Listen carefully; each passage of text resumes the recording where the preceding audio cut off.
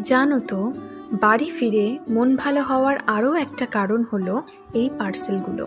মায়ের কাছে এতগুলো পার্সেল এসে জমা হয়েছে। এই ছোট দুটো দিয়েই স্টার্ট করি। এই ছোট পার্সেলটা এসেছে ফ্লিপকার্ট থেকে। চলো ওপেন করে দেখি।